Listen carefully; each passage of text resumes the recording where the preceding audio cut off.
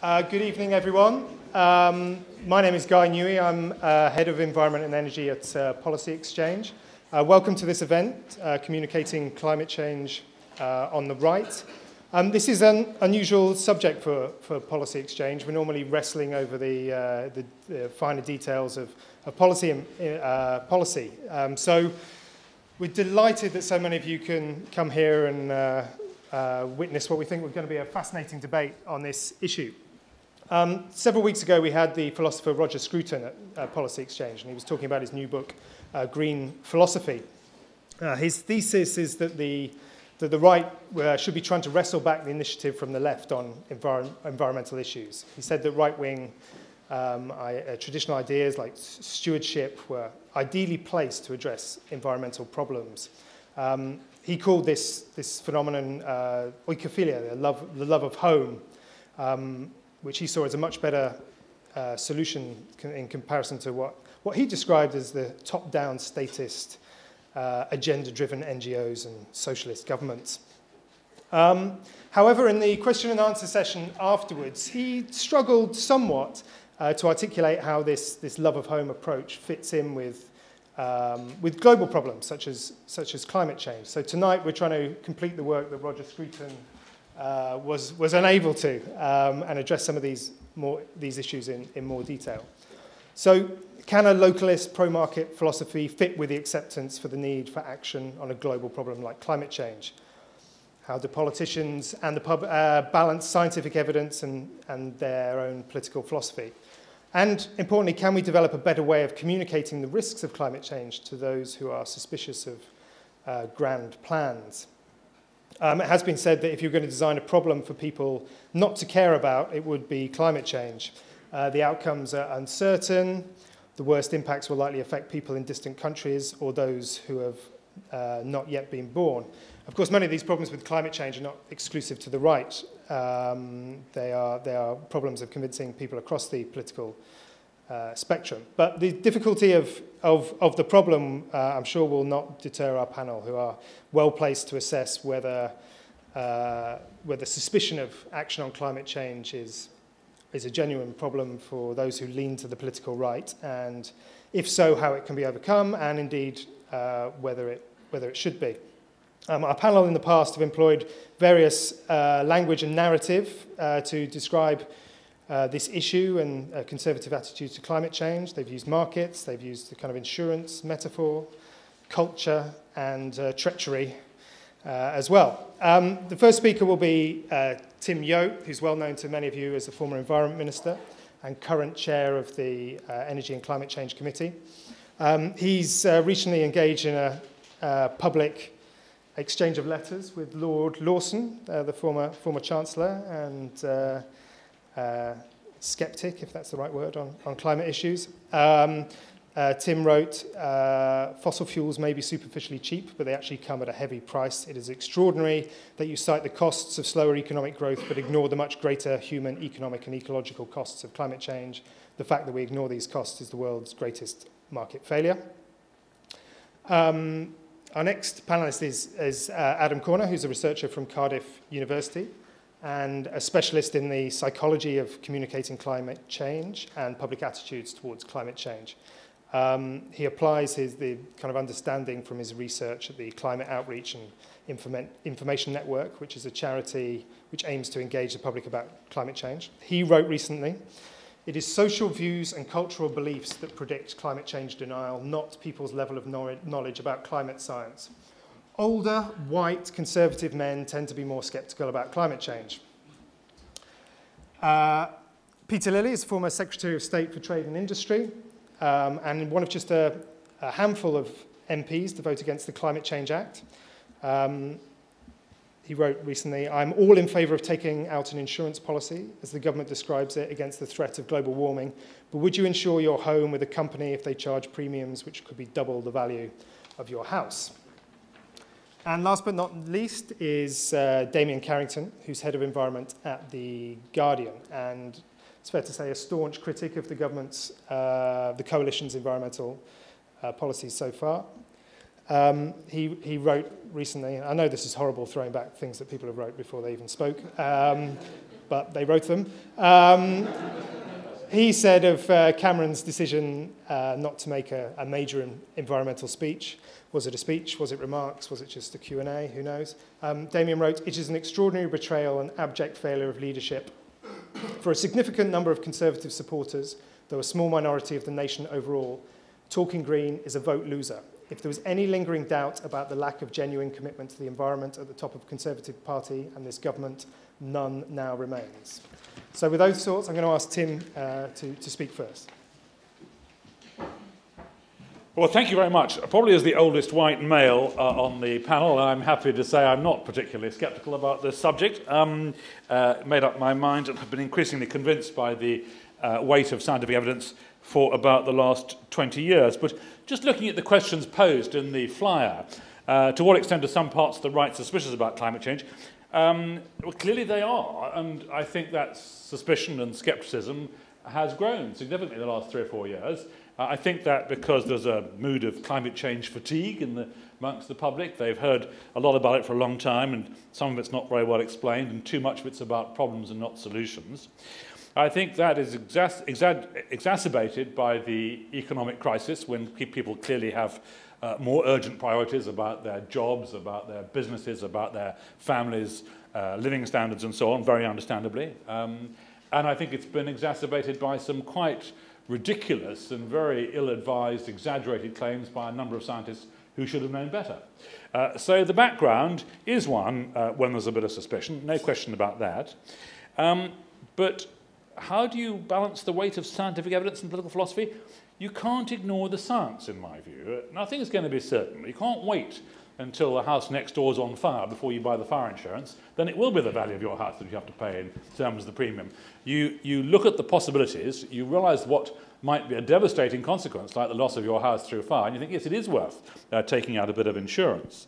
And I do think this is communicating climate change on the right. I'd like to think that people on the right are rational, make up their minds on evidence-based arguments, and I think the arguments about the probability that the increase in greenhouse gas concentrations in the atmosphere in the last couple of 100 years may well be one of the causes, possibly in the short term a main cause, of the observed changes in climate that are taking place.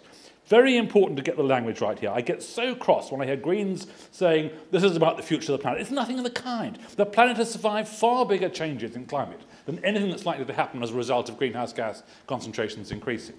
The only thing it is about is the ending of the conditions of climate stability which have existed for a few hundred years now, the period in which the human species, one of the most recently arrived on the planet, didn't exist when the big climate changes occurred.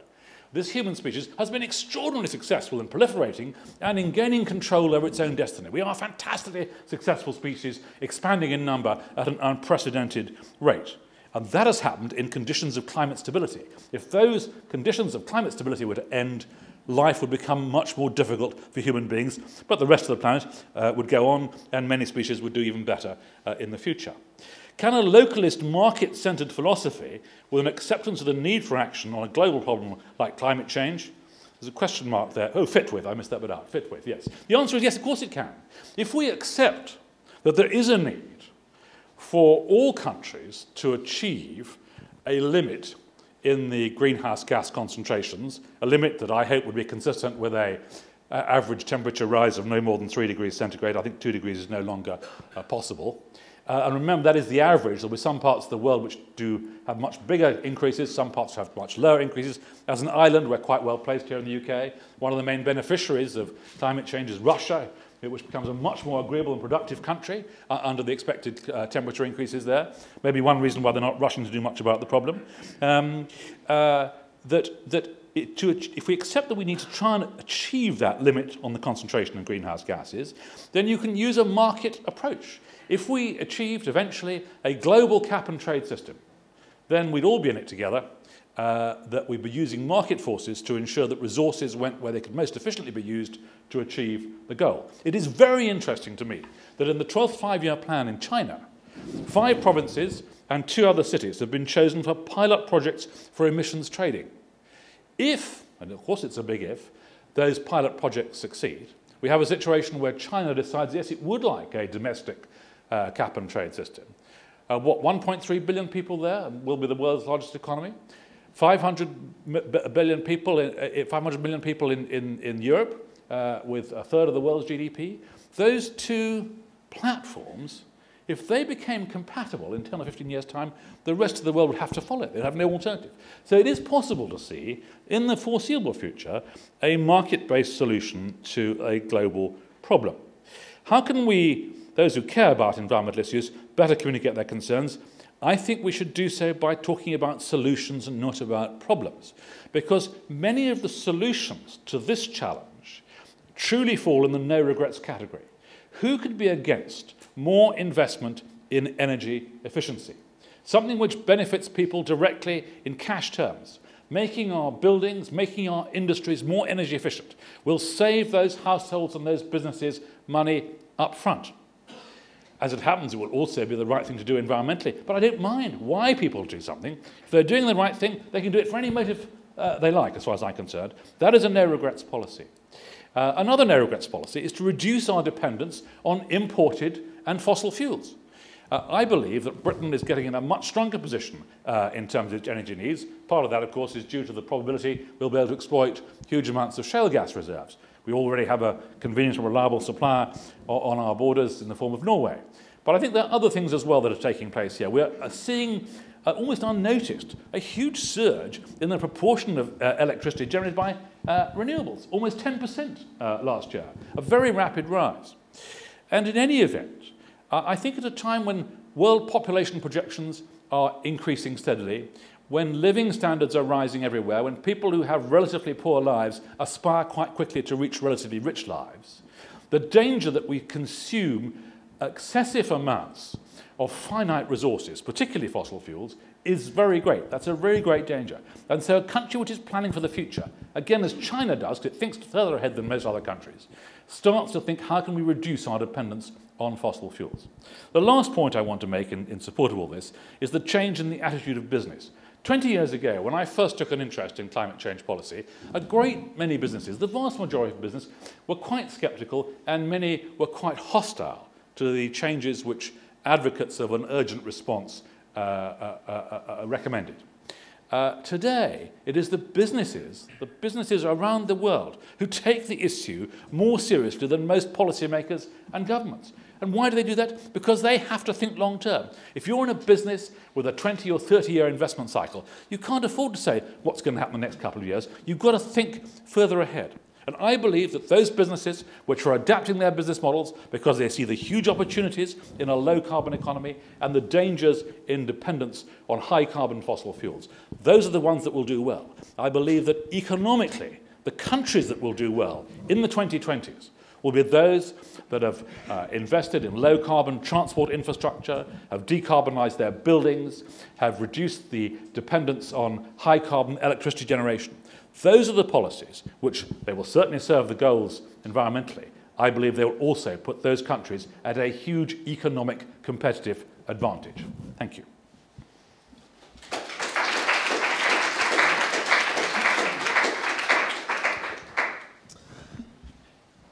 Okay, thanks, Guy, and thanks for the invitation to be part of this panel. As Guy said, I'm a researcher. I'm not a campaigner. I study public attitudes to climate change and ways of increasing public engagement with climate change. And I thought I'd start by saying that communicating climate change is not just an issue that the right has to deal with. It's a difficult thing for people to do, full stop. And we could actually be here tonight talking about why those who have had a more traditional communication role in climate change, so that probably wouldn't be the right, it would be environmental NGOs, who are the people that took ownership of this issue first and foremost, why they haven't done a good enough job in communicating about climate change, because if they had, then we probably wouldn't be here now still talking about how to engage greater numbers of people with this issue. So there's been lots of talk about personal sacrifice and maybe quite grandiose pleas about saving the planet. It obviously hasn't worked that well. It definitely hasn't worked with particular audiences such as those on the right. But nonetheless, there does seem to be a particular problem with communicating climate change on the right.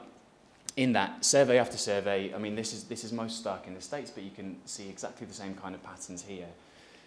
climate change skepticism or increased levels of uncertainty about climate science go hand in hand with conservative views, with right-leaning individuals. So the question is why, and what can be done about that? I think a major issue to start off with is that the language and the imagery and the storylines and the narratives, the very way that climate change is presented to people, seems to be infused with ideas of the left. So the answers to the problem of climate change seem like the kind of things that those on the right should be opposing. So regulation and international agreements, government influence and interference in people's lives. But whether on purpose or by accident, what seems to have happened is that instead of coming up with different answers to the problem, people have moved from that and gone backwards to say, well, maybe there isn't such a problem in the first place, to dismiss or to underplay the extent of the problem that's there. And this is a kind of process that all of us are susceptible to. So in all of our reasoning, there's well-documented psychological processes that we're all of us more likely to accept evidence that fits with our existing beliefs. You can see this all the time. You know this from your personal experience with people. But the scientific facts of climate change, and there are scientific facts in this is not just all about interpretation, haven't been presented in a way that meshes very well with a typical more right-wing ideology. And that's not to say that we need some kind of voodoo manipulation of climate science facts. The science of climate change is the science of climate change, and it's not up for grabs in that way. But although climate change is a scientific entity, it's a scientific entity that we give meaning to and we give shape to through our ideologies, because climate change isn't really about some dry appraisal of the facts and then some logical extension of what to do about it. All climate policy that's responding to climate change, the problem of climate change, is a choice about how you see the future, its values. It's how you want future society to look. And there's no reason why a conservative, right-leaning ideology shouldn't fit with an acceptance of climate change and moving forward and taking action on climate change. And I guess in some cases it has to, really. I mean, for one, maybe for the first time, we're starting to get an appreciation from science of limits to what the planet can cope with. They're not going to be exact numbers, but we're starting to understand some absolute limits to what can be done within the natural resource base that we have, and climate change is one example of that. But also from the point of view of climate change being a kind of an era-defining issue, if there isn't a conservative or right-leaning voice in that, then when historians come to tell the story of these generations, the next generations, and all the day-to-day, week-to-week events that will take place on top of a background story about climate change and resource limitations, then it seems unfortunate that there isn't going to be a coherent kind of conservative right-leaning response in that for people to identify with. It seems like right-leaning voters, thinkers, leaders need something in climate change to identify with, sources of information who are not perceived as being of the other side on the political spectrum, people who are credible and likeable but who accept the scientific consensus on climate change. So I think there's a real challenge, and I'm very interested in hearing what people have to say today and listening in to what your views are on this. But there's a real practical challenge to apply what we know about climate change communication, and there's a growing body of social science research now which is starting to give us some pieces of the puzzle about how to communicate climate change more effectively, the kind of techniques that work, and the kind of things that we should be focusing on. Plugging that into networks of right-leaning communicators who speak to right-leaning audiences all the time and who understand how to represent all sorts of other issues to those kind of audiences, but maybe need to be furnished with the sort of social science expertise of how to communicate climate change more effectively and to find the values and the ways of framing that information that speak to a conservative audience. And I think this is something that, as Guy said in his introduction, people are starting to think about now. Roger Scruton has started to do some of this with his ideas about local aesthetics and sense of pride in a local surrounding, but is struggling to fit climate change as a slightly different type of issue into his thesis. also as a kind of philosophy-based approach, it perhaps doesn't give us anything very tangible to go on. So there seems like there's a real need to translate some of these ideas and thoughts that people have on this issue into more tangible communication principles to actually go out and work with different conservative audiences. I thought I'd actually just end with one last thing that maybe isn't quite on the topic of the discussion list today. But in case anyone's thinking, well, why do we even need to do this at all? We're never going to talk every single person into thinking that climate change is a big issue. There's always going to be people that kick against it. And anyway, the big change comes from technologies and technological change. But of course, every single technological change that you could introduce, or every policy intervention, is going to be a real uphill struggle unless there's that background level of public engagement with the issue. So every piece of home insulation, every new wind turbine, every smart meter in someone's house is going to be a real struggle unless the argument is made for the case behind it. So the argument has to be made for climate change, I think, and it has to be made from a right perspective. And that's the question is how to do that. I'm genuinely very, very interested in hearing everyone's views on that.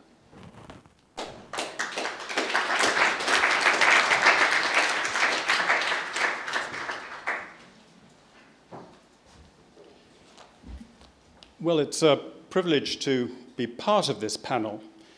The document that was sent out says the presumption today is there's a problem communicating climate change on the right, because some on the political right are suspicious of taking action to reduce greenhouse emissions, some are hostile to climate science, others worry that it's just a cover for anti-capitalist political aims, or they challenge the economics behind some of the policy measures.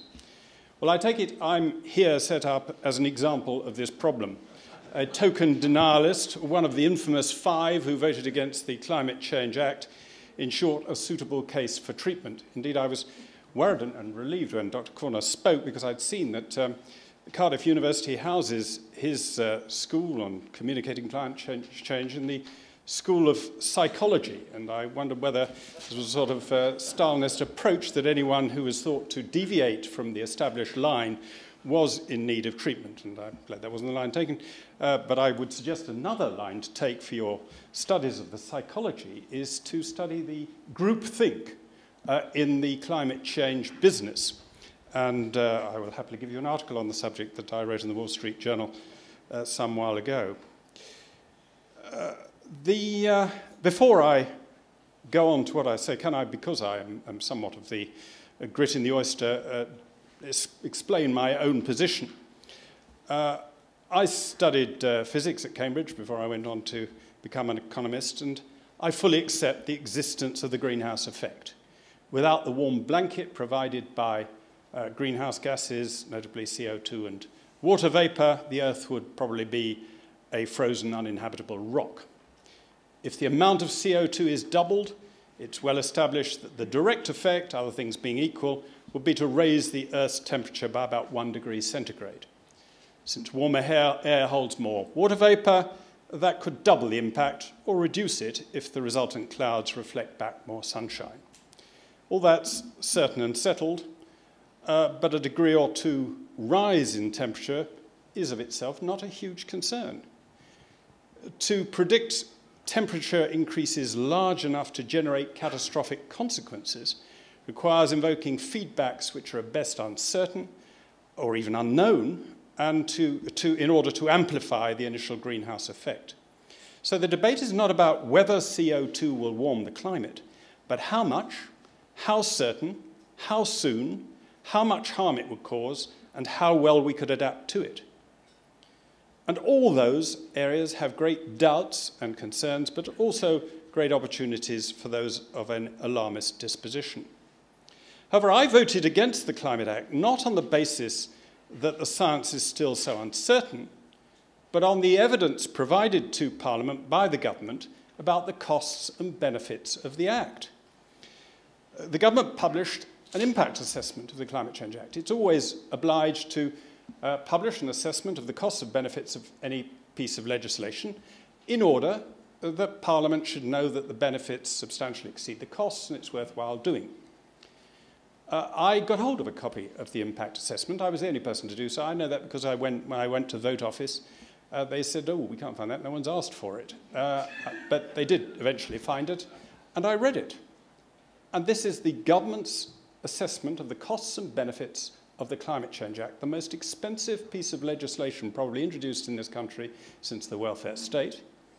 And they said the the costs of introducing the Act, excluding the transitional costs for the first 20 years, which could be 1% of GDP, excluding the costs of driving business overseas if other countries didn't do likewise, was potentially over £200 billion, equivalent to a down payment of £17,000 for each household in the country.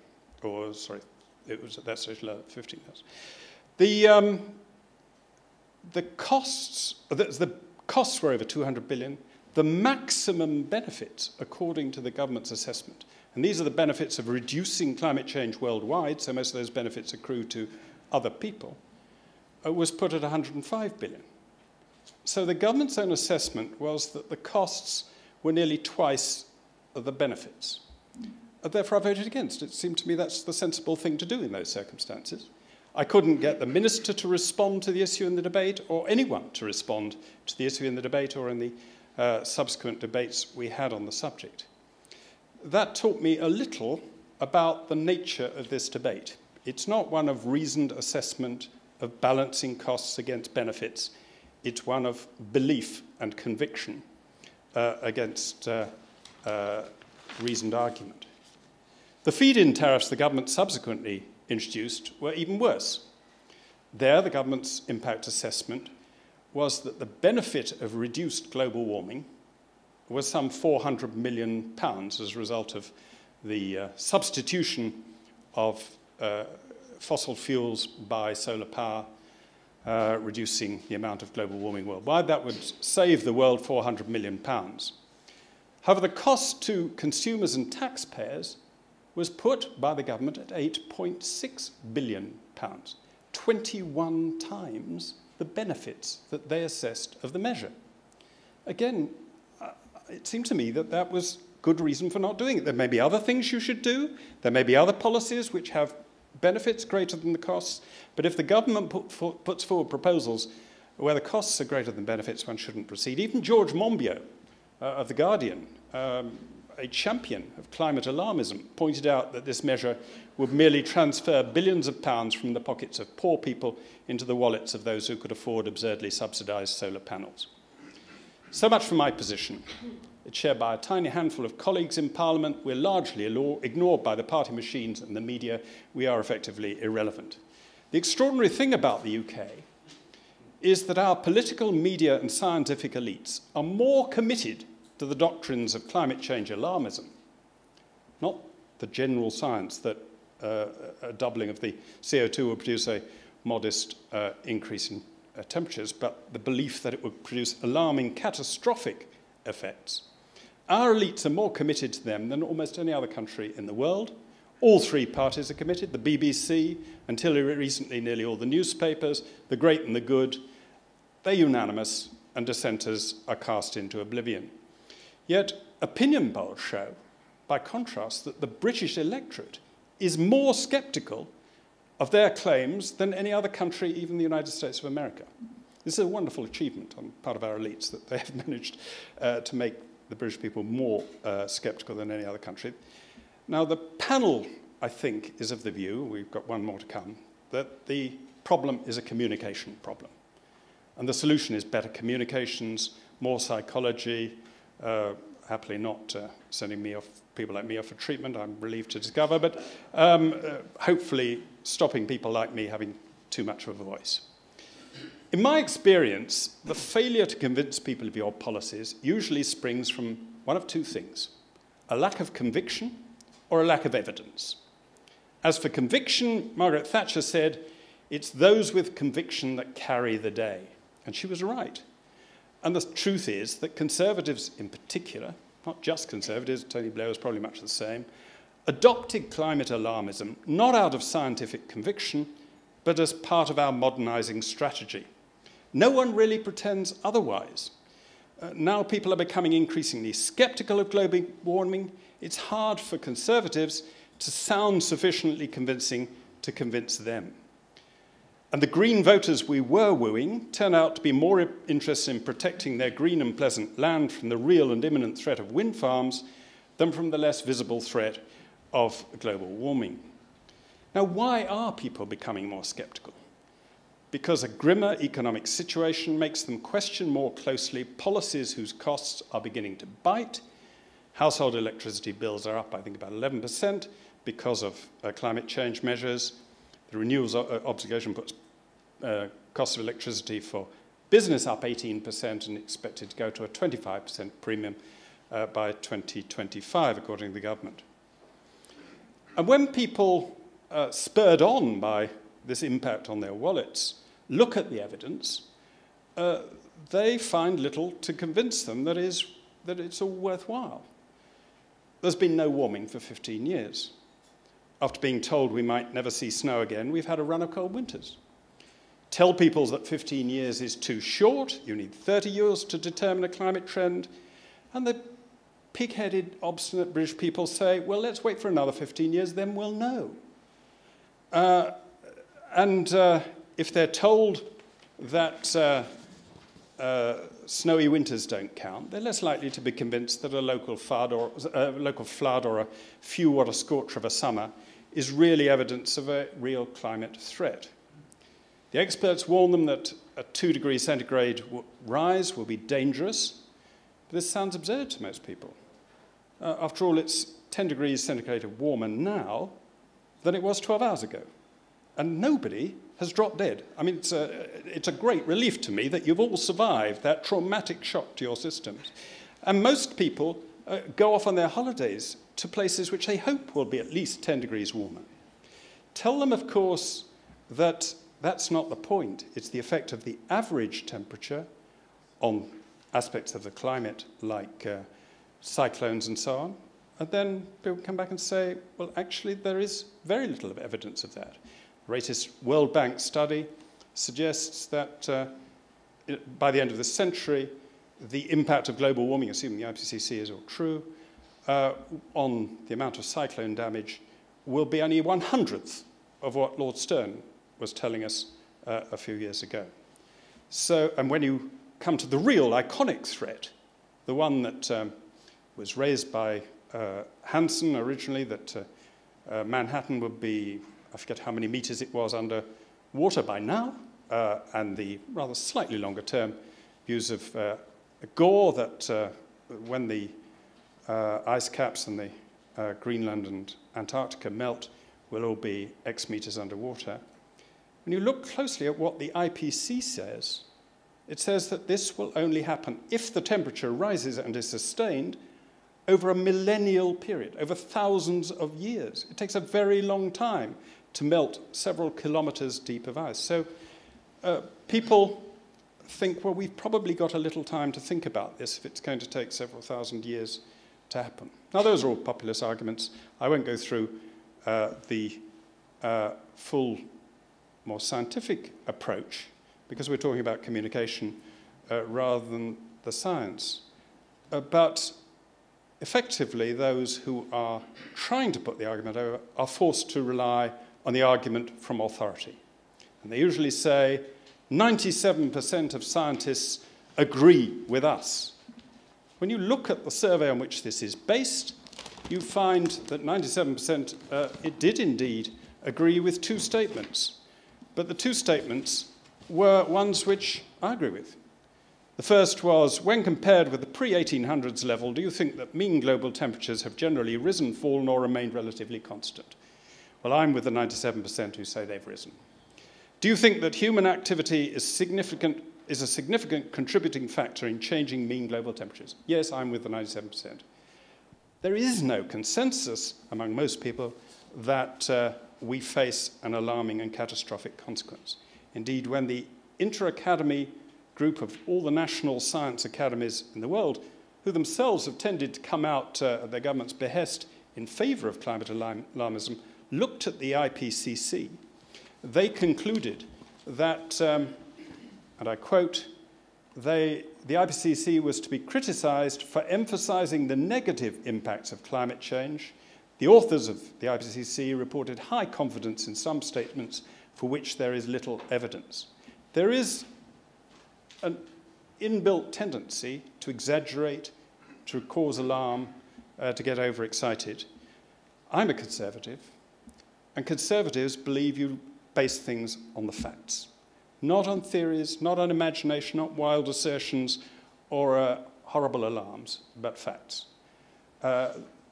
My great hero of political writing is Thomas Sowell, who wrote a book, Is Reality Optional? His thesis was, the left thinks reality is optional. It should be like what we want it to be or what we fear it to be. Actually, reality isn't optional. We should take the facts, measure what's happening, examine it, look at the costs, look at the benefits, compare the two, and behave in a sensible, rational fashion. So far, we've been doing exactly the opposite, and voting for and implementing policies which, on the assessment of those who put them forward, cost at least twice as much as any benefits we're going to get from them.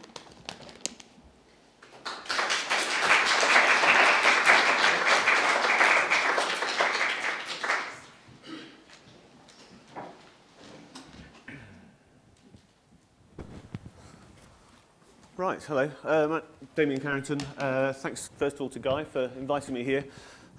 Peter's performed his role as Grit in the Oyster extremely well, and I think as a Guardian journalist at Politics Exchange, I'll try and do the same.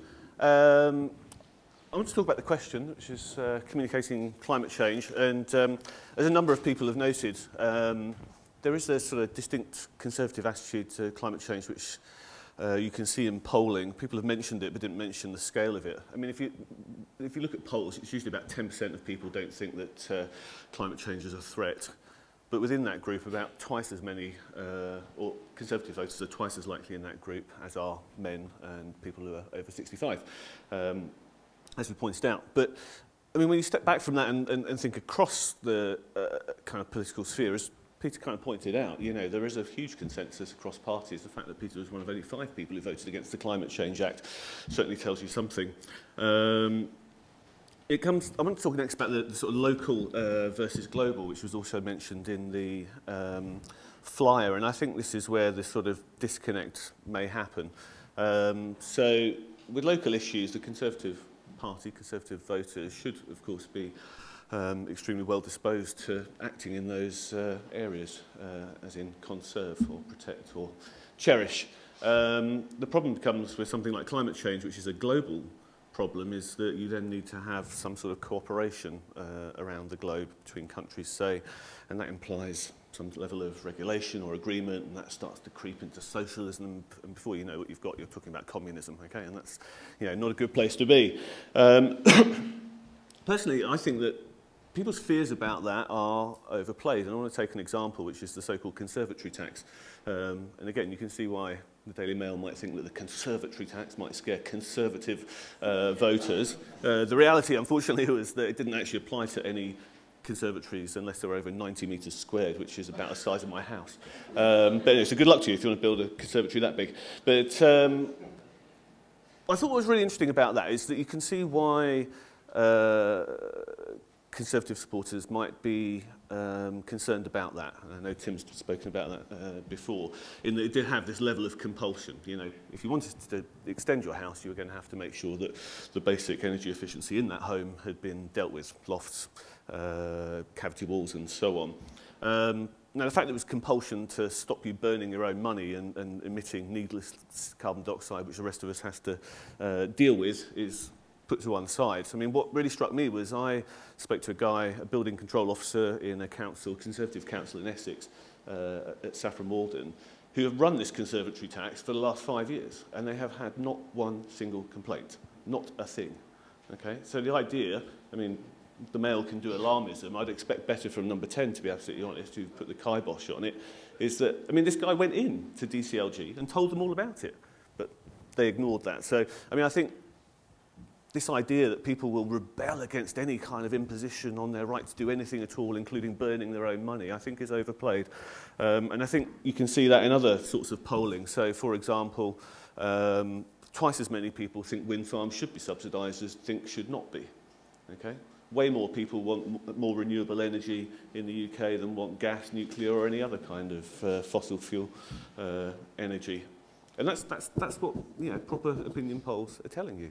And I find it odd that, you know, this kind of attraction to the idea that the public are not behind. I mean, Peter referred to it, you know, that the public's becoming more sceptical. I haven't seen that in polls myself. Maybe there are different ones. And it's still quite a small minority. Now, I mean, I'm very pleased to come to Policy Exchange. I've done events before with them. Don't often agree with the things they say, but I certainly respect the think tank, and obviously they spend a lot of time talking about markets.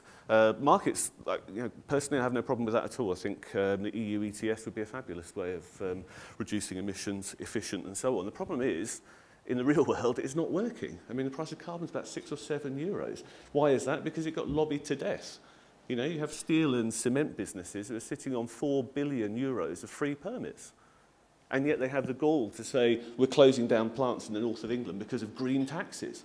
I mean, it's a really extraordinary position. So I think markets are fine, but in the real world right now, I don't see them working. Lastly, again, referring to the points that were raised by Guy in the flyer, you know, is talking about energy security and green growth a kind of better way of talking about climate change for a right-wing audience? I mean, I think, you know, as anyone who's ever read anything I've written will know that I think both of those things are important points, particularly green growth, but I don't think that by themselves they're winning arguments. The problem is that if you don't think that climate change is a problem, then you don't think that there is any value on reducing emissions, and then at that point, you know, talking about kind of swapping out renewables for fossil fuels makes no sense at all. Talking about investing in green industries because you think that's the future of the country, it makes no sense at all. So I think that's the fundamental problem. With those slightly rambling remarks, I'm going to stop and look forward to the discussion. But thank you.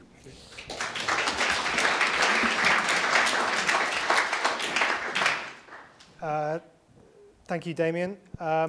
Just before I open it up to questions, I'm going to go back to Tim with one of the points that Peter raised. Peter forgot the thesis right. This is not a communication problem. This is those in favour of action on climate change do so on the basis of belief and conviction, was his say. Do you think that's the right way of describing it? Well, undoubtedly, I think some of the campaigners portray their arguments as though they derive from a belief and a conviction. I don't think that's the way most Conservatives would do so. I think they look at the evidence, and that's what I did. I knew nothing at all about it when I moved overnight, as one does in government, from the Department of Health to Department of Environment, and my private secretary put in my bread box that night, the last one I had from Health, a little paperback was called The Green Bluffer's Guide.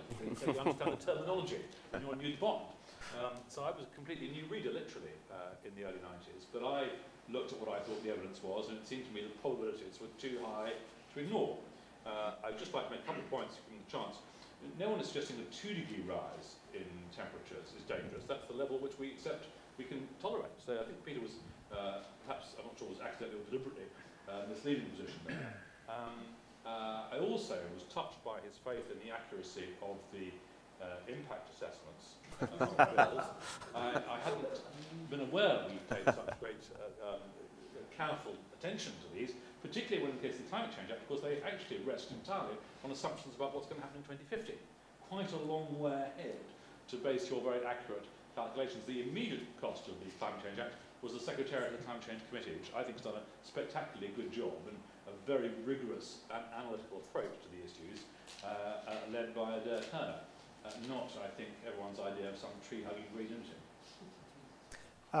Thanks very much. So I'm going to open up to questions. We're going to, this might be a totally futile wish, but we're going to try and avoid questions about climate science, mainly because despite Peter's physics background and Damien's earth sciences PhD, we are not climate scientists, but with that in mind, there should be some roving mics. So I'm going to take one question at the back and then one at the front here. Hi, Alistair Harper. Sorry to be a bore, but I did just look up the impact assessment for the Climate Change Act, and the costs are 400 billion, the benefits are over 1 trillion. Just thought that was worth mentioning. My question, though, is this a Conservative problem or a coalition problem? Are the Lib Dems getting to hog all the credit for action on climate? Okay, Peter, I don't want to get into a debate on the impact assessment, probably, I'm sure you do, but on the second point. On the first point, it was suggested that I was possibly misleading people. I was merely only giving half the story. The second half is even worse. The impact assessment figures, as I gave them, were those before Parliament when the Act was passed. In the course of the Act, they raised the target from a 60% reduction in emissions to 80%. So I demanded a new impact assessment, expecting the normal laws of economics to apply, rising marginal costs, declining marginal benefits, the disparity would be even greater. Sure enough, they came back and the costs had doubled to 400 billion. The benefits, however, they increased by $1 trillion, from 100 million to over 1 trillion, explaining that they changed their methodology and they come up with these new figures. Now, this is Alice in Wonderland stuff. It does cast doubt and aspersions on the credibility of the work on which we're all supposed to be basing our decisions. So I'm grateful to you bringing that up and enabling me to elaborate. Should we give all our gratitude to the Liberals? I wish it were all the Liberals, and then we could dissociate ourselves more quickly. Unfortunately, it is somewhat an embarrassment that my leader, whom I support and think is a fantastic leader of the Conservative Party, a great Prime Minister, did take the view that it would be helpful to the Conservative Party to modernise its image, to attract green votes. And to do that, he thought you had to take the whole kit. You had to take it lock, stock and barrel, including climate change. Of course, most people didn't have strong views on climate change, but they associated that with protecting their green spaces and having clean air and clean water and all those sort of things. And so he took the whole lot. It's going to be difficult for us to dissociate ourselves from a costly aspect of that belief, which is great damage to our industry and people's household budgets. Tim, is the Conservative push on environment just a cynical PR move by a PR man? No, it's not. You'll be surprised to hear me say. I think there was quite a lively debate, quite a proper one, about the actual priority to attach at a time of grave economic crisis to the early achievement of certain green goals. But I think the underlying thrust of what the coalition is doing is very much in tune with what was in the Conservative Party commitments before the election.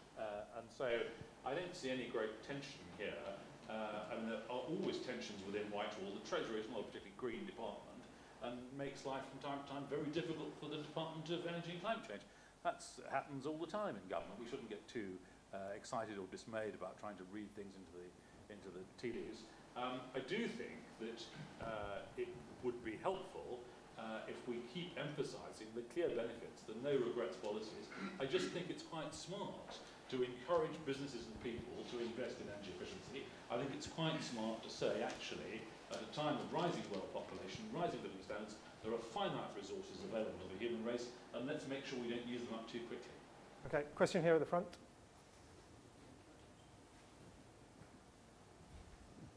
I think three of the panel are living in a completely unreal world. Two very brief points. Tim Yeo says we can't ignore the science, but the theory has to fit the facts. The facts don't have to fit the theory. And the crucial fact is one mentioned by Peter Lilly, the only sane one, that during the last 15 years, there has not been any warming. So the evidence is that there is no problem. Secondly, you have to be prepared to pay a little insurance, it's said, against a catastrophe. But we're not talking about a little insurance. We're talking, according to one estimate, about 740 billion, not million, billion pounds cost to this country to meet our targets between now and 2050. That's enough to put every household's heating bills through the roof and to bring the economy to its knees. Is there a question? The question is, what do they think of that? Again, I'd like to avoid... Get Chris Rapley to reply. He's waving his hand there. He's a scientist. Damien, do you want to come back on that? Again, I don't want to get into the science debate. We've discussed that, and we're trying to avoid it. We're trying to stifle debate, but this is not what this event is about. Well, no, Chris Rapley's here. I'd quite like to hear what he's got to say about that as a climate scientist. I mean, have you got... Well, I mean, I don't want to get into the science debate, but on that, those kind of politics. Complete rubbish. Yeah. Okay, that's a short answer. I'll take the guy in the aisle there, please. Thanks. Yes, I'm Chris Rapley, so I'm one of the climate elite who's suffering from groupthink. Chris Rapley. I object to the appropriation of the word skeptic and rational. Let's have a dialogue and let's not just tribalize it and be silly, because climate scientists aren't in deep groupthink. Some might be, but the majority aren't. They're much more professional and sane than that. Their reputations depend on it. I just came from Canada over the weekend at a conference that was largely funded by the Canadian government, which is not particularly pro-climate change. And the conference was called From Knowledge to Action. And the reason that the government was, the Canadian government and others were prepared to fund it was because, in spite of what you hear, that temperatures haven't changed, I'm terribly sorry to tell you, but they have. And they have changed in the polar regions where the climate scientists predicted they would. And the peoples of the north are suffering from very, very rapid change, which is too fast for them to adapt to and too great to them to adapt to. One example that the climate scientists did not predict was that the whole of the northern shoreline of Alaska and Canada, which was hard... Get to a question, please. Well, the question then is, when are we actually going to engage, as both sides seem to suggest we should, with a real and rational conversation about the actual facts? Climate is changing. And if you ignore it, I'm afraid you're taking an ostrich position. None of us will move forward unless we enter that dialogue. So that's my question. When are we going to stop calling each other names and actually address the real facts? Because it's not happening here, I'm afraid. Okay. Thanks. My efforts to try and avoid talking about the science has gone down. I'm mitigating this. What I'd like to extract some element of that and talk about, you use the word skeptic and rational, and whether, I'll ask Adam whether those are useful terms in trying to convince people, particularly the skeptic issue. Well, I think we can get lost in terminology. It's obviously not helpful to stigmatise any particular group with a dismissive label. The debates around climate change, climate science have become extremely heated, even more so in the States, not as much so here, but still extremely heated. But there is a real issue about what's being disagreed with when these disagreements are happening, I think. And if someone opposes a wind farm, they're not wrong, they're not scientifically wrong. If someone opposes any particular climate policy, they're not scientifically wrong, but that's not the climate science underneath it, that's climate policy. And the onus then is on them and any belief system or ideology to operate within the bounds of scientific reality. If you don't like that policy, there has to be another alternative. It can't be policy versus nothing. And I think that feels like where there's a gap in the debate. Too much of the time, the debate is between one policy and dismissal of the problem altogether, or that complete downplaying of the problem. Peter, do you want to come on that? The difference between, I mean, you've talked a lot about the science, but you also talked about the policy. I don't think it's calling names to say people are sceptical. I'm rather proud of being sceptical. I'm sceptical of an awful lot of things. I was sceptical about two other areas where we saw the experts all embroiled in groupthink. One was weapons of mass destruction, where all the experts of the security forces across the world told their governments that they could not rule out the possibility that Saddam Hussein had some weapons of mass destruction. I read every word they've written. We have had this debate. This is not likewise, totally relevant, Peter. No, it isn't totally irrelevant. It just shows how groupthink among serious, very knowledgeable, committed, sensible people can take part. The other was Y2K. We had £600 billion spent, according to the advocates of doing something, preventing a problem which didn't occur in the countries and companies which didn't do anything. So it was a non-problem. But months beforehand, Tony Blair was telling us, with general assent, that he was preparing to call out the troops if the disorder that would follow from this great disaster occurred on 1st of January 2000. So groupthink can occur among well-meaning people. It's not an insult, it's simply an observation.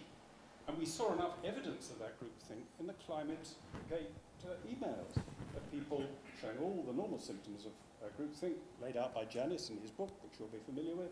And so that's a problem. We should be sceptical, we should probe, we should ask questions, and not just say, the science is settled, I'm a scientist, you've got to believe everything I say. You've talked in the past, and the quote I read from you, we talked about an insurance approach to climate change. I mean, would you advocate communicating the issue in that sense, from a sensible insurance approach? I know you don't think that the approach we're taking policy-wise.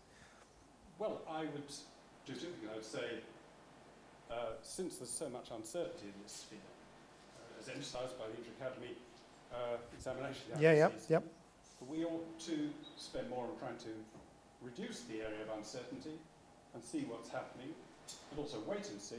If there are cost-free things we can do in terms of saving energy, of course you do. I'm all in favour of doing cost-free things. By definition, they cost less than the benefits.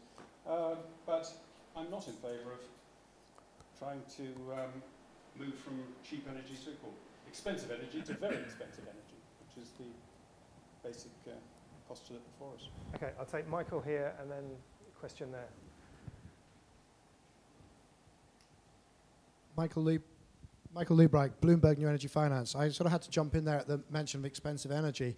But before I do that, I mean, it seems to me that what's happening here is that on the one hand you have those who believe and have believed for some time have inflated their claims and used all sorts of exaggerations and attached all sorts of agendas to the issue of climate change. And on the other hand, you have those who are skeptical who haven't actually said what they think is happening with the climate or what they think is going to happen. There are no skeptics running models. There are no skeptics producing what they think the temperature history of the world has been. But they are simply, attacking anything that is proposed. So what we've got is a sort of poisoned territory now. But if you take a step back from that, much too much has been hung on the climate debate. Most of this is about energy, 65–70% of emissions. And what I guess I want to ask the panel whether the debate shouldn't be about what sort of energy future we have and not simply about the narrow question of climate change. Because what you've got is a choice between maintaining the current structure of the energy industry, which has huge costs in defence, costs in health, costs in volatility to the UK economy, versus what those of us who work in this space are absolutely convinced, and we see the data and we work with companies every day, is that there is an alternative which is not expensive cost. The reason people's bills have been going up is because of increases in the cost of natural gas. The increases are not because of wind farms. A small part is, a large part is natural gas. Okay, so we could go. So the point is, I work with. I have a team of 200. I work with all the serious investors in this space. Characterizing clean energy as expensive is simply wrong. So therefore, the question to the panel is: should the debate not be, do we want to keep balancing this pyramid on its head and maintaining the current energy infrastructure, or should we move to a new architecture which plays to the strengths of the UK in finance, in nanotechnology, in information technology, in biotechnology, in engineering, in export, Michael, we'll stop there. Tim, so should this be a debate about energy policy rather than a debate? Well, is that more a helpful way of getting people? I think it is. I think this, it's important to focus on that. In the spirit of the times, I must draw attention to my financial interests. I get in trouble by someone says, I have these views because I've got some financial interests. The other way around. I formed the views and I thought, gosh, there's some terrific investment opportunities in the UK in some of the new energy technologies. And I think there is a great opportunity for Britain to lead the world. We are very innovative. We've got considerable investment interest already in a variety of low-carbon energy sources, many of which can provide baseload energy. It doesn't have to be offshore wind farms. And I think that this is the right part for the debate to be focused on. I'm very sorry Stuart Wheeler got up and left, having made his rather eccentric assertion that it's not getting any warmer. If I'd had time, I'd refer him to the NASA website, which points out that looking at global average temperatures, 9 out of the 10 hottest years on record have occurred in this century. But I don't think the fact his departure may suggest he's not quite as open-minded as perhaps the rest of us are trying to be on this subject. Okay, Damien? Thanks. I mean, I certainly think it's primarily about energy, which annoys our energy correspondent quite a lot because I write so much about energy. But apart from treading on toes, I mean, I think where it runs, I think the problem with just saying, right, let's just talk about energy is that, as I tried to sort of mention at the beginning, if you take climate change out of that, then suddenly carbon doesn't have any value, you know, and then the economics aren't seen in their kind of true picture. It also runs into the problem of subsidies, which are not a popular policy from, you know, the right of politics. And it is true that most renewable energies require that support to get to level the playing field and become economic. Nuclear had vast subsidies, oil and gas had vast subsidies and still do.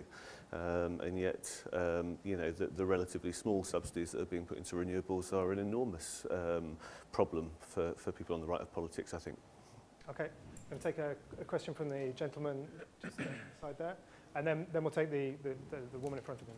Ward from the Grantham Research Institute. I was wondering to what extent you felt that one of the problems of appealing to people on the right is the sense that this issue has been co-opted by the left, and that most of the developments in climate policy occurred under a Labour government, and that there's a sense that the coalition is just carrying on with those policies, and the need to develop a distinctive vision by the right, now that it's in government, that is very distinct from what the left has been doing.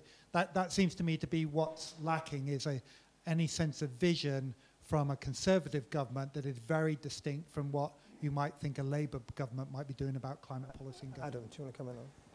Yeah, I think this ties into the question earlier as well about are the Liberal Democrats getting credit for maybe doing things in the coalition and the Tories getting the stick. I think, although this is a policy exchange event, most people are not massively inspired by individual policies. They might attract the interest at certain points, but what's missing, and these are quite vague words, but I think this is the level at which it operates. What's missing is a kind of coherent storyline or narrative about why climate change or energy futures should matter to those on the right, because clearly it matters as much as it matters for anyone else. And there is an issue, I think, historically, climate change came to prominence through a particular set of groups, environmental NGOs. Climate change, it obviously is scientific, is environmental in nature, but it's not only environmental in nature. It's about economies, it's about societies, it's about culture and about values. There's a lot of space in climate change to take up a position and to run with it and to engage all sorts of different audiences, but at the moment I think that hasn't happened. Can I just add a brief point, which is, I'm not sure, I mean, I don't know if Bob agrees with his question, but I don't think it is a problem that, you know, the right thinks it's been co-opted by the left, because, I mean, Tim's point in the beginning, businesses are taking up, you know, businesses are terrified about this stuff. If you look at the people who really have to worry about this stuff, the reinsurance companies, Swiss Re, Deutsche Re, Aviva, all these people, they're absolutely terrified by climate change and want stuff to happen, you know? I mean, it's not, they're not left-wing people, I wouldn't have thought. I'm going to take the woman in front. Sorry. Well, I have a question. Is that working? Yeah. I have a question about... Sorry, can you introduce yourself, please? Oh, sorry, yeah. My name is Valerie Mocker. I'm from Oxford University. And I have a question about what arguments you put forward, or the values the Conservatives put forward in favor of climate change. So there's a lot of talking about economic growth, green jobs, green growth, these kind of things, so a very economic framing. And studies have shown that a focus or a framing around economic values is actually leading to less pro-environmental behavior.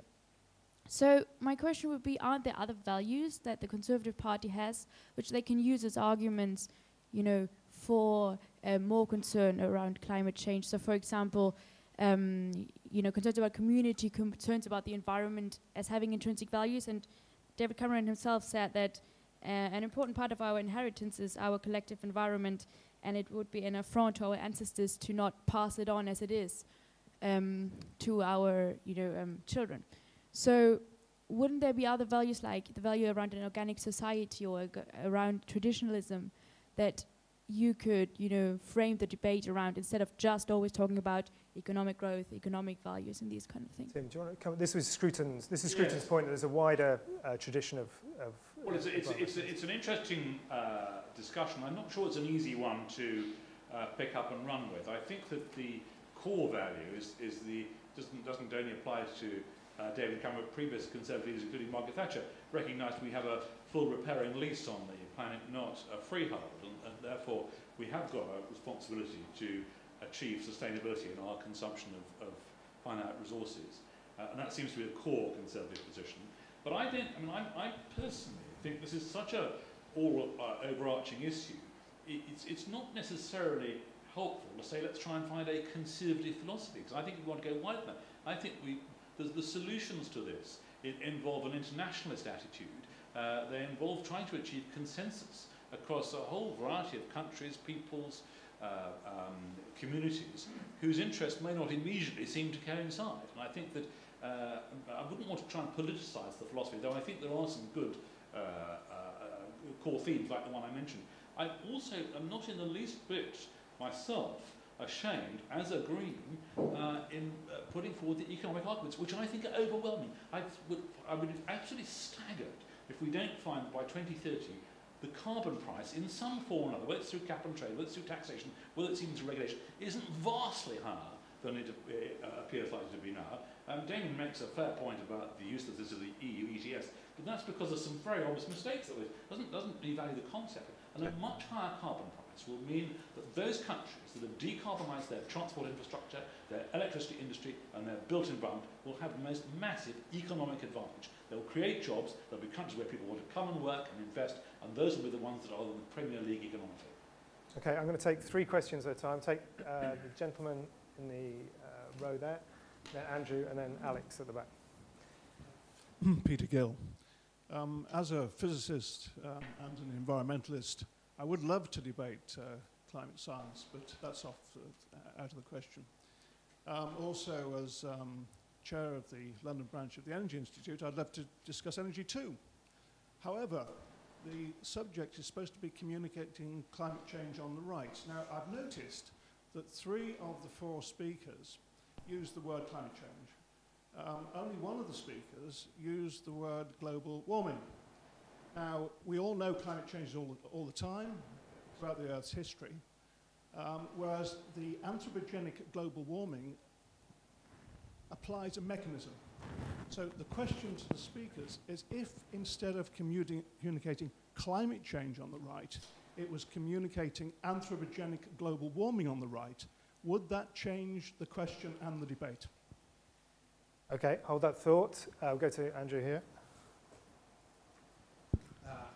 Andrew Warren, I'm the director of the Association for Conservation of Energy, but I spend a fair amount of time operating elsewhere in Europe.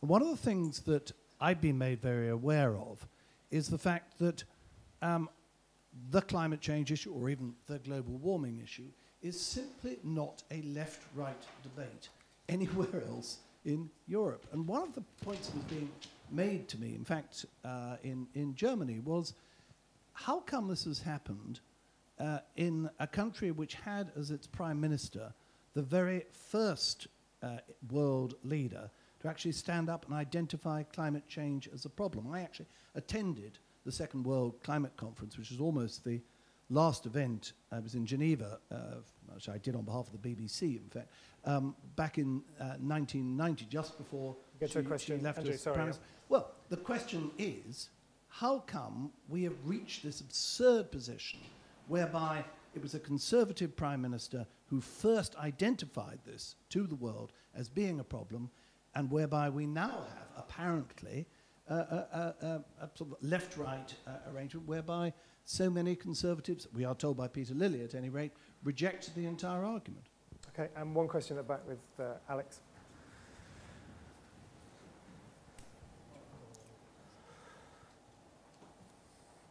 Hello, I'm Alex Morton from Policy Exchange as well.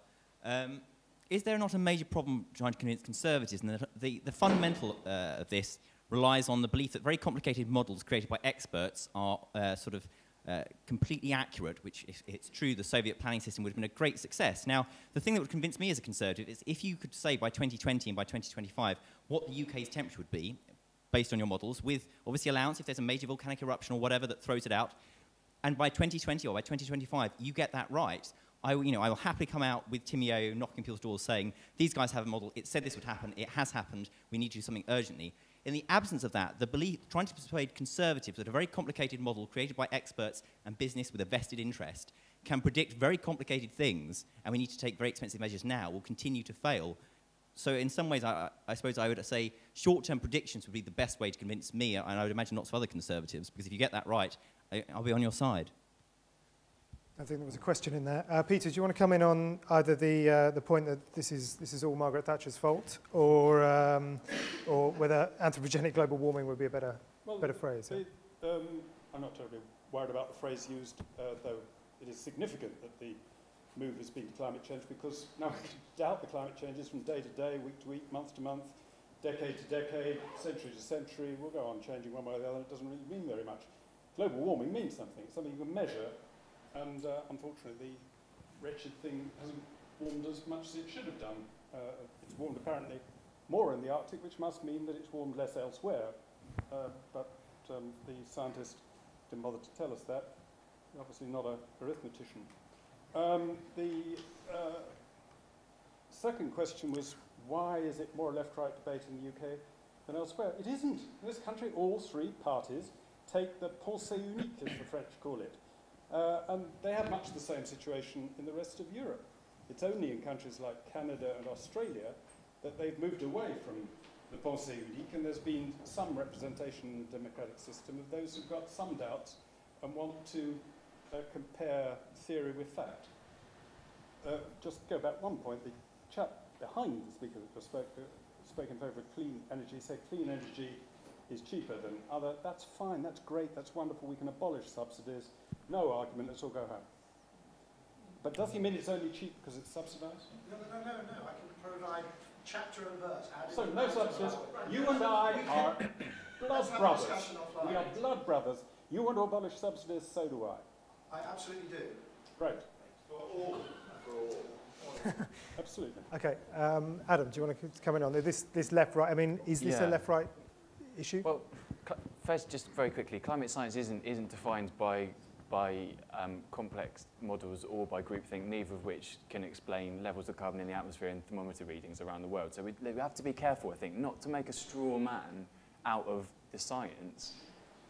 Take issue with the campaigners who are unnamed so far in this debate, but whoever they may be, who might have exaggerated or done all sorts of things that we know that campaigners can do, but don't take that as a reading of the science underneath it. But I think there is an issue here. We don't need to be thinking about catastrophic climate change and that kind of alarmist language. There's been a range of studies now that have shown that, for a start, people don't respond well to it. So apart from it being not justified by the facts, to over-exaggerate or to overplay your hand, people don't respond well to it. They don't like being scared into having to change their behaviour or into engaging with the issue. But without that, you can talk about risk and think about risk. And I think that's a kind of language that people are much more used to and much more comfortable with. And I think it would be unusual to find anyone here at all who doesn't think there's not some degree of risk. And then you're talking about how much risk, and that's a more rational conversation to be having. None of the climate scientists I have read, and I've tried to read a fair number, have ever suggested that the temperature rise will be even everywhere. Of course, there'll be huge variations. It's very important to understand that so we get our response right. That some parts of the world will heat up by a lot more than the average, and some parts by much less. The reason I wouldn't use the anthropogenic global warming, first because I can't say it. And secondly, I don't think it'll get into many headlines. It takes about 3 times the climate change.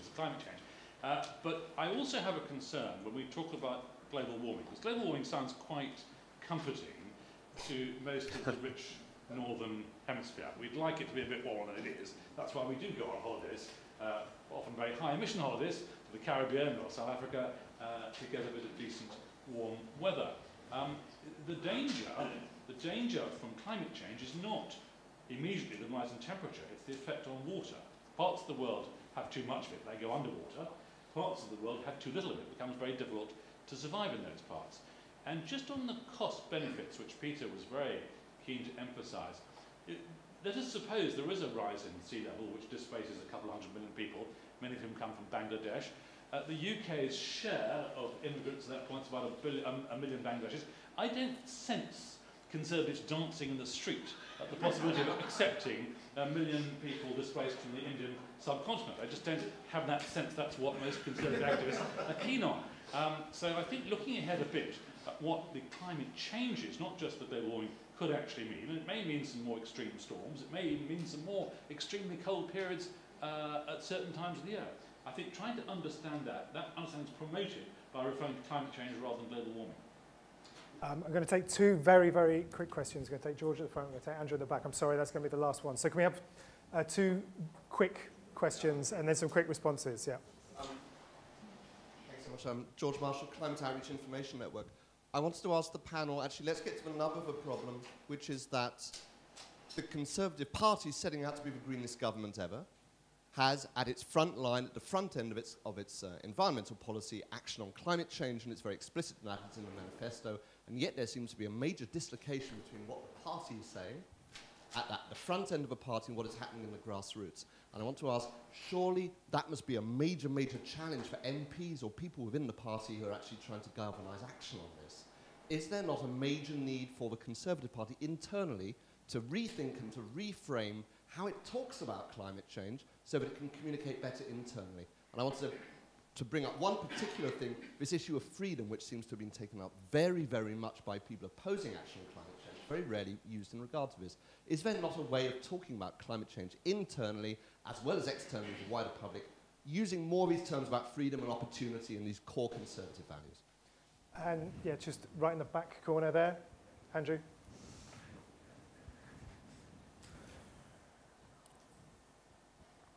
Andy Mayer from BASF. Quickly, do you worry, as I do, that the pro-green coalition is making all the same communication mistakes with their maverick opponents as the pro-Europeans make with the Eurosceptics?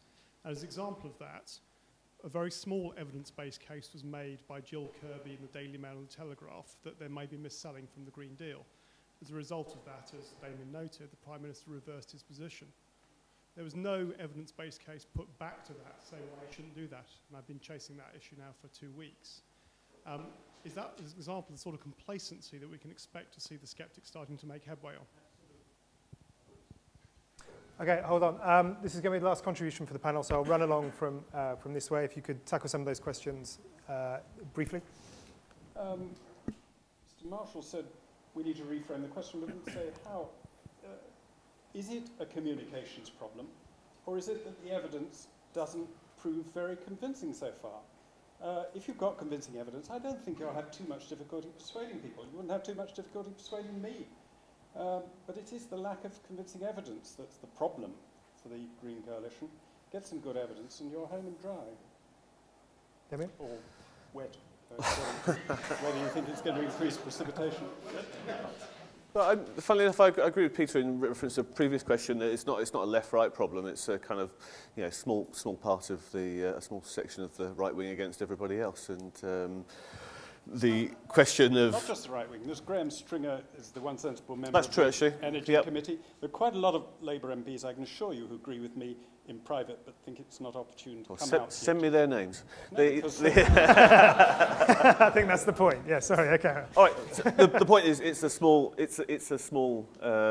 minority. I mean, I'll tell you one thing that's interesting, is that the Conservative Party conference in Manchester last year, I bumped into an MP and I started talking to him, and he had a constituency up near Hull, Conservative MP, looking to do very well for his local community from wind farms and the kind of docks and carbon capture and storage and all the rest of it. Great, really loving it.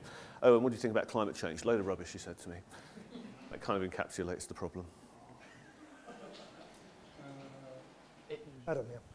It shouldn't be a left-right issue, but I think that it clearly is to some extent, because you just have to look at the public polling data, and time after time, the vast majority of people who express sceptical views or more increased levels of uncertainty about climate change are conservative.